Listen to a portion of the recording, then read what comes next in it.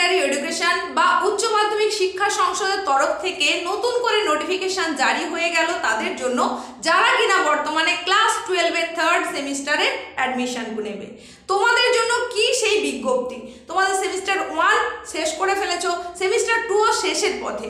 তো এরপরে ঠিক কবে থেকে তোমাদের ক্লাস শুরু হতে চলেছে এবং সেই ক্লাস শুরুতে তোমরা কারা কারা অ্যাটেন্ড করতে পারবে সেই বিষয়েও নোটিফিকেশন জারি করে দিল উচ্চ মাধ্যমিক শিক্ষা সংসদ বোর্ড। কি আছে নোটিফিকেশনে, কি বলা হয়েছে, কি শর্ত আরোপ করা হয়েছে, সেই সমস্ত খুঁটিনাটি তথ্য থাকছে ছোট্ট এই উপস্থাপনায়। আর এই উপস্থাপনার সঙ্গে হাজির হয়ে গেছে আমি তোমাদের এসপি ম্যাম। তোমাদের প্রত্যেককে জানাই এসপি ম্যাম ক্লাস এডুকেশন চ্যানেলে স্বাগত।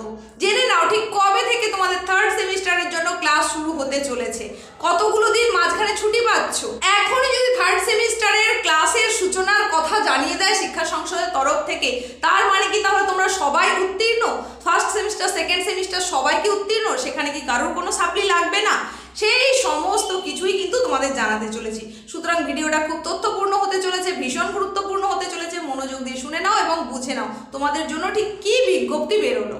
এই যে নোটিফিকেশনটা এখন তোমরা দেখতে পাচ্ছ, যেটা West Bengal council of higher secondary education অর্থাৎ উচ্চ মাধ্যমিক শিক্ষা সংসদের তরফ থেকে প্রকাশ করা হয়েছে। দেখো ডেটও দেখিয়ে দিচ্ছি তোমাদের, 13 তারিখ, 13ই মার্চ 2025-এ পাবলিক করা হয়েছে। এই নোটিফিকেশনে কিন্তু সমস্ত স্কুলের প্রধান শিক্ষকদের উদ্দেশ্যে জানানো হচ্ছে বোর্ডের তরফ থেকে এপ্রিলের ফার্স্ট উইক 2025-এ কিন্তু ক্লাস শুরু হয়ে যাবে সেমিস্টার 3 এর জন্য। সেমিস্টার 3 এর সিলেবাস কমপ্লিট করার জন্য অবিলম্বে কিন্তু ক্লাস শুরু করে দিতে হবে। তবে সেক্ষেত্রে এটা বলা হয়েছে যে ক্লাসের কন্টিনিউয়েশন হতে থাকবে ঠিকই, কিন্তু সমস্ত রুলস মানতে হবে।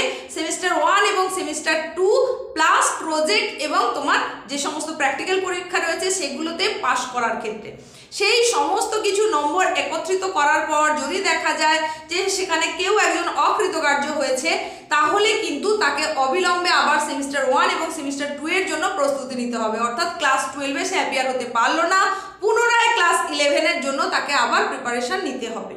সুতরাং বুঝতেই পারছো যে তোমাদের ক্লাস 11-এ first semester, second semester appearing অবশ্যই দরকার। যারা যারা সাপ্লি দিয়েছে, দিতে হচ্ছে যাদের, তাদেরকেও কিন্তু অবশ্যই অ্যাপিয়ার করতে হবে।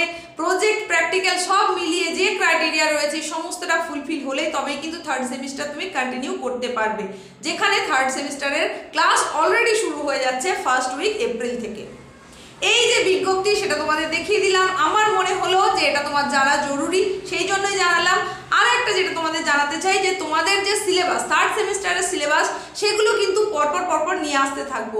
অলরেডি চ্যানেলে আপলোড হয়ে গেছে তোমাদের ইংরেজি বিষয়ের কি সিলেবাস রয়েছে সেটা কিন্তু আমি জানিয়েই দিয়েছি। খুব তাড়াতাড়ি পেয়ে যাবে বাংলা সিলেবাস কি রয়েছে থার্ড সেমিস্টারের জন্য ক্লাস 12-এ। তারপরে তোমাদের ভূগোল বিষয়েরও সিলেবাস কিন্তু জানিয়ে দেব থার্ড সেমিস্টারের। সুতরাং চ্যানেলে নিয়মিত চোখ রাখো, দেখতে থাকো এবং বুঝে নাও যে নতুন সেমিস্টার পদ্ধতিতে তোমার ক্লাস 12-এর সিলেবাসে কি রয়েছে থার্ড সেমিস্টারের জন্য। সেই অনুযায়ী এখন থেকেই পড়াশোনাটা শুরু করে দিতে হবে। তার কারণ ক্লাস 12-এ যে দুটো সেমিস্টার, থার্ড এবং ফোর্থ, এই দুটোর জন্যই কিন্তু বোর্ডের তরফ থেকে প্রশ্ন সেট আপ হবে। সেই প্রশ্নেই তোমাকে পরীক্ষা দিতে হবে। এখানে কিন্তু নতুন করে কোনো রকম স্কুল থেকে বলে দেবে না যে এই প্রশ্নগুলো গুরুত্ব বেশি, এগুলোর ওপর বেশি জোর দিয়ে পড়ো, এর ওপরেই তুমি পরীক্ষা দিতে পারবে, এই রকম কিছু কিন্তু হওয়া সম্ভব নয়। সেখানে সমস্তটাই তোমাকে আরও বেশি খুঁটিয়ে পড়তে হবে। এই কারণেই, তার কারণ হচ্ছে থার্ড সেমিস্টার তোমার হবে টোটাল এমসিকিউ বেস। তাই এমসিকিউ প্রশ্ন যেখান থেকে খুশি হতে পারে। বোর্ডের তরফে কি প্রশ্ন দেওয়া হবে সেটা বুঝে ওঠা এখনো পর্যন্ত একটু মুশকিল, তার কারণ বেশ কিছু বছর যদি এটা কন্টিনিউ হতে থাকে তখন একটা সেই সম্পর্কে ধারণা লাভ করা যাবে। কিন্তু যেহেতু তোমরাই প্রথম ব্যাচ, তাই তোমাদের জন্য কিন্তু এটা মনে করাটা একটু কষ্টকর। তাই প্রত্যেকটা লাইন থেকে প্রশ্ন হতে পারে এটা ভেবেই এখনই কিন্তু তোমার সমস্ত সাবজেক্টের টেক্সটকে ভীষণ খুঁটিয়ে পড়া উচিত, যাতে করে পরীক্ষায় একটা ভালো ফলাফল তুমি করতে পারো। আর এই বিজ্ঞপ্তিতে কি ছিল সেটা তো তোমাদেরকে জানিয়ে দিলাম, যেটা নোটিফিকেশন জারি করে দিয়েছে উচ্চ মাধ্যমিক শিক্ষা সংসদের তরফ থেকে। এই পর্যন্তই ছিল আজকে তোমাদের জন্য নিয়ে আসা বিষয়বস্তু।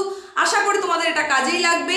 আগামীতে আসতে চলেছে অনেক গুরুত্বপূর্ণ বিষয়। সেই সমস্ত বিষয়গুলো পাওয়ার জন্য যদি এখনো চ্যানেলকে সাবস্ক্রাইব না করে থাকো তাই সাবস্ক্রাইব করো, আর পাশে থাকা বেল আইকনটাকে অবশ্যই অল করে দাও।